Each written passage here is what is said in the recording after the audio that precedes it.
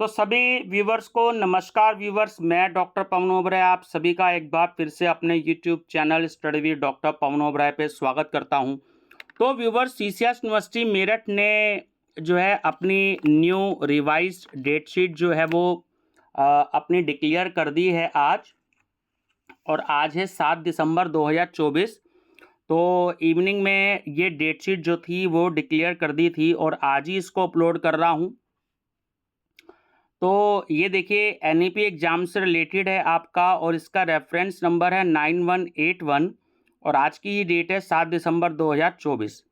तो सेवा में प्राचार्य निदेशक यानी कि जितने भी डायरेक्टर्स हैं, चाहे तो कॉलेज कैंपस हो, इसमें आपके यूनिवर्सिटी कैंपस हैं या जितने भी कॉलेजेस हैं जो सीसीएस यूनिवर्सिटी से एफिलेटेड हैं, सब्जेक्ट यही है कि विश्वविद्यालय की सत्र 2024-25 और एनईपी 2020 के अंतर्गत संचालित बीए, बीएससी, बीकॉम पाठ्यक्रमों की विषम सेमेस्टर यानी कि जो आपके ओड सेमेस्टर हैं फर्स्ट, थर्ड, फिफ्थ, सेवंथ दिसंबर 2024 परीक्षाओं के संबंध में।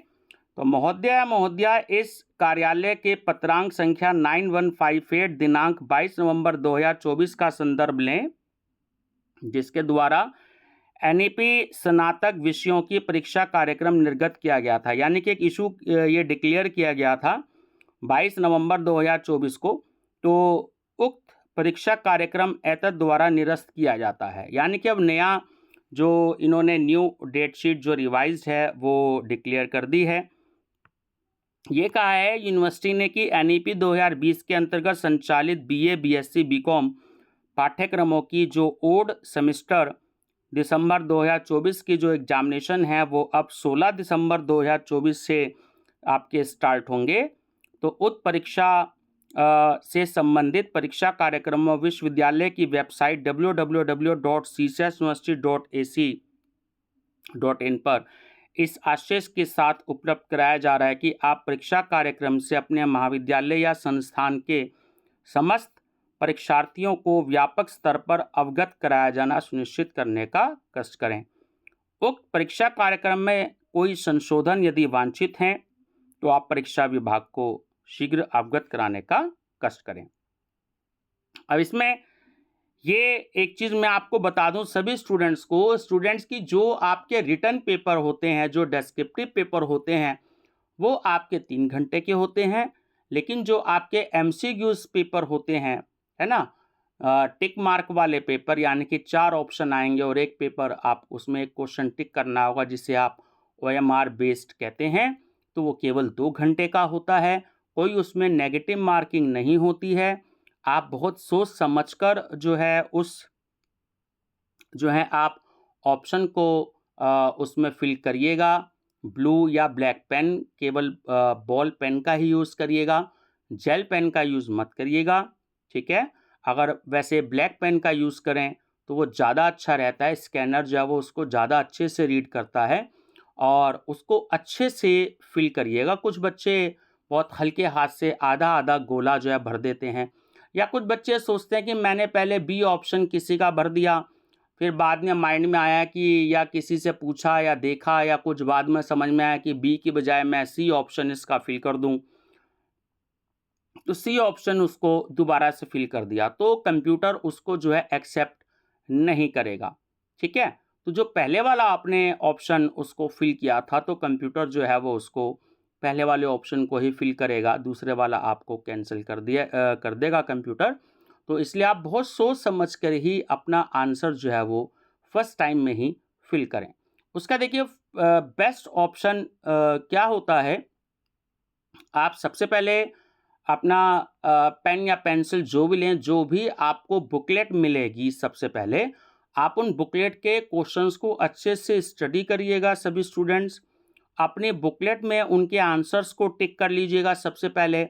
अब वो आंसर टिक करने के बाद जो आपके पास ओएमआर शीट होगी, ऑरेंज पिंक कलर की होती है, कभी कभी ऑरेंज कलर की भी होती है, कभी कभी पिंक कलर की भी होती है। उसको जब आप फिल करेंगे बहुत अच्छे से फिल करिएगा। मैं फिर से कह रहा हूँ, बॉल पेन का यूज़ करिएगा, जेल पेन का यूज़ मत करिएगा, ठीक है। इंस्ट्रक्शंस भी होती है यूनिवर्सिटी की।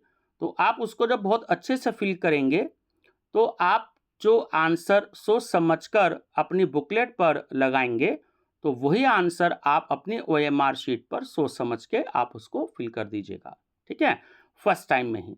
सेकेंड टाइम में नहीं, क्योंकि उसको कंप्यूटर फिर एक्सेप्ट नहीं करता। और ओवर राइटिंग मत करिएगा किसी भी तरीके का, अपनी OMR शीट पर फ्लूइड या वाइटनर मत लगाइएगा, वो अलाउड नहीं होता। अगर आप ऑप्शन पर फ्लूइड लगा करके अपने ऑप्शन को चेंज करना चाहते हैं तो कंप्यूटर उसको रिजेक्ट कर देता है, इस बात का आप बिल्कुल ध्यान रखिएगा। तो इस बात का मैं आपको इसलिए पहले से बता रहा हूँ, कई बच्चे कहते हैं हमें पता नहीं था कि फ्लूइड नहीं लगाना। अगर आपको बी ऑप्शन लगता है, कुछ बच्चे जो हैं पहला ऑप्शन कोई लगा रखा था सी, तो सी पे फ्लूइड लगा देंगे, उनको लगता है कि बी करेक्ट है, फिर वो बी लगा देते हैं, तो वो फ्लूइड लगा देते हैं, तो फ्लूइड जो है वो वाइटनर एक्सेप्टेबल नहीं होता। इसलिए आप ध्यान रखिएगा कि किसी भी तरीके का फ्लूइड नहीं लगाना, कोई ओवर राइटिंग आपको नहीं करनी है, बहुत नीट एंड क्लीन तरीके से आप फिल करिएगा। आप प्लेलिस्ट देख सकते हैं अपने अपने सब्जेक्ट्स की, बीकॉम, बीए या बीएससी में अगर आप स्टूडेंट्स हैं, फर्स्ट सेमेस्टर, थर्ड सेमेस्टर और फिफ्थ सेमेस्टर में जो भी कोई पेपर हुए हैं तो मैंने उसको अपलोड कर रखा है उन्हीं सब्जेक्ट्स के नाम से, तो आप प्लेलिस्ट भी विजिट कर सकते हैं और आपके जो प्रीवियस ईयर कुछ पेपर्स हैं तो वो भी आप अपलोड कर सकते हैं, सॉरी आप देख सकते हैं, मैंने अपलोड कर रखे हैं। जैसे BA first semester unsolved paper, BA third semester unsolved paper, BA fifth semester unsolved paper, ऐसे ही BCom first semester unsolved paper, BCom third semester unsolved paper, BCom fifth semester unsolved paper. बहुत सारे बच्चों ने माइनर सब्जेक्ट भी ले रखे हैं, तो आप माइनर सब्जेक्ट अनसोल्ड पेपर भी प्लेलिस्ट देखिएगा, आपको वहाँ पर लगभग 75 से ज़्यादा वीडियोज उसमें मिलेंगी। तो मैंने काफ़ी सारे क्वेश्चन पेपर्स उसमें अपलोड कर रखे हैं। Thank you and best of luck.